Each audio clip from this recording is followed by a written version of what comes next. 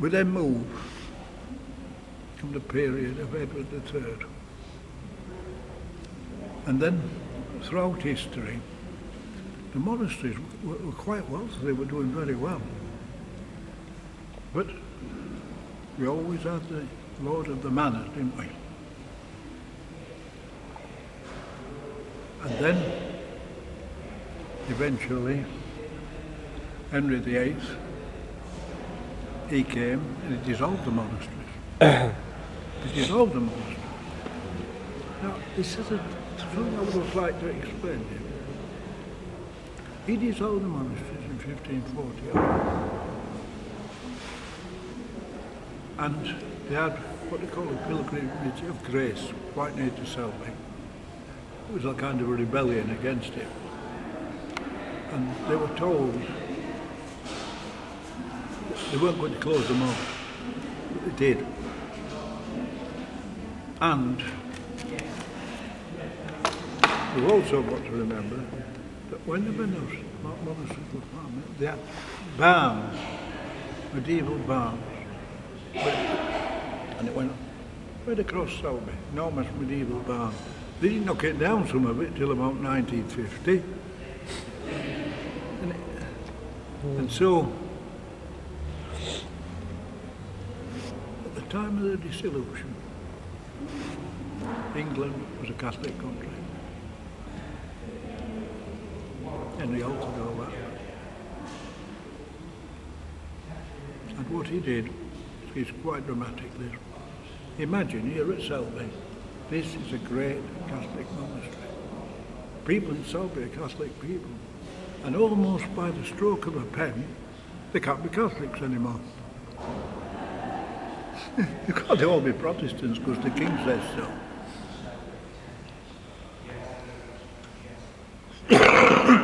What happens?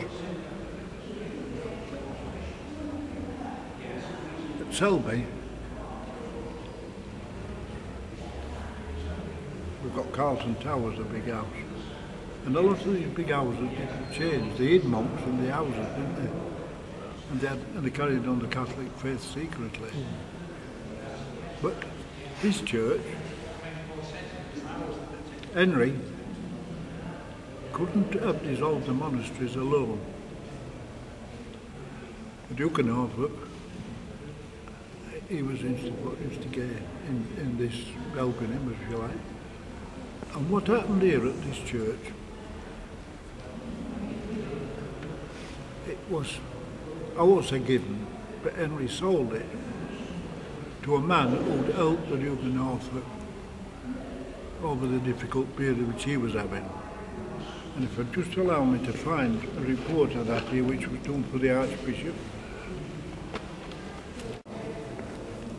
I'd just like to just read you a little thing. This information was drawn together for the Archbishop of York. And he says that Robert Selby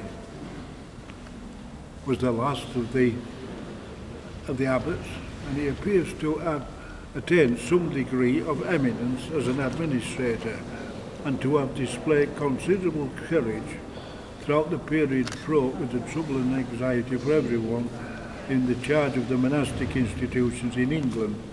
It was in 1536, while this abbot was still held office, that Robert Aske headed the famous pilgrimage of grace against the suppression of the lesser monasteries, and Selby seems to have been one of the towns occupied by him, although there is no record that Abbot Robert took part in the insurrection. The disastrous result was, we are told, that abbots were hanged side by side, younger men. Now, then, when the King's Commissioners came to Selby Abbey, which was only 38 monastic institutions, had larger revenues, it is not chronicle. But when they came to Selby, it was so well built that they couldn't knock it down, so they left the barns, they left the great gateway, and they left this church. And that was what was left. All the other buildings, chapter house was knocked down, was demolished. And so, when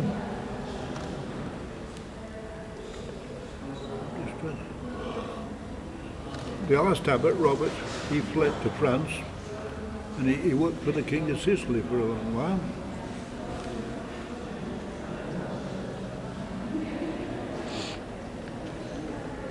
But, I can just find that.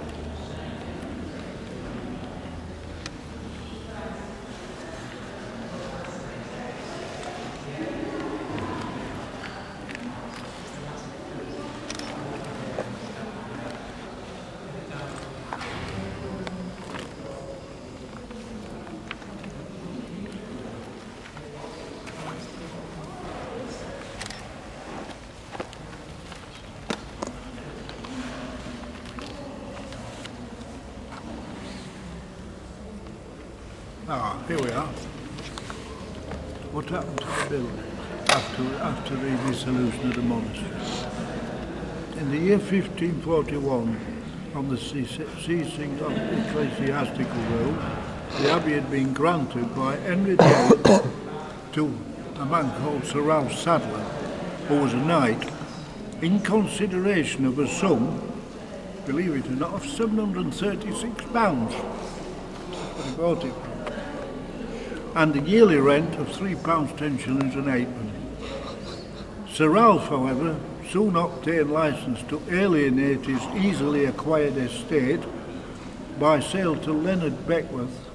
From the Beckworths, the manor descended to the Walmsleys in Lancashire, and so it came down under the Lord of the Manors, the Lord Lonsborough, in the 19th century. And so, £700.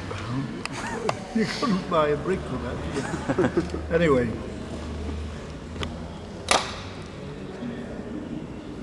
What I would like to tell you at this point, Robert, the last abbot of Selby, he died just outside Selby, just south on the way to go. And when he was buried, they buried him in Snares Church, All Saints Church at Snares. And he was buried in the sanctuary. There was a thing put down for him. But because he died after the monasteries were closed, he was no longer a working abbot. And when you're looking at history at this point, the abbots who survived afterwards, you have the Crozier, and it's turned the other way around, showed that it was not an active man at the time, you see. Yeah. Now then, forward, not doing so bad, are we?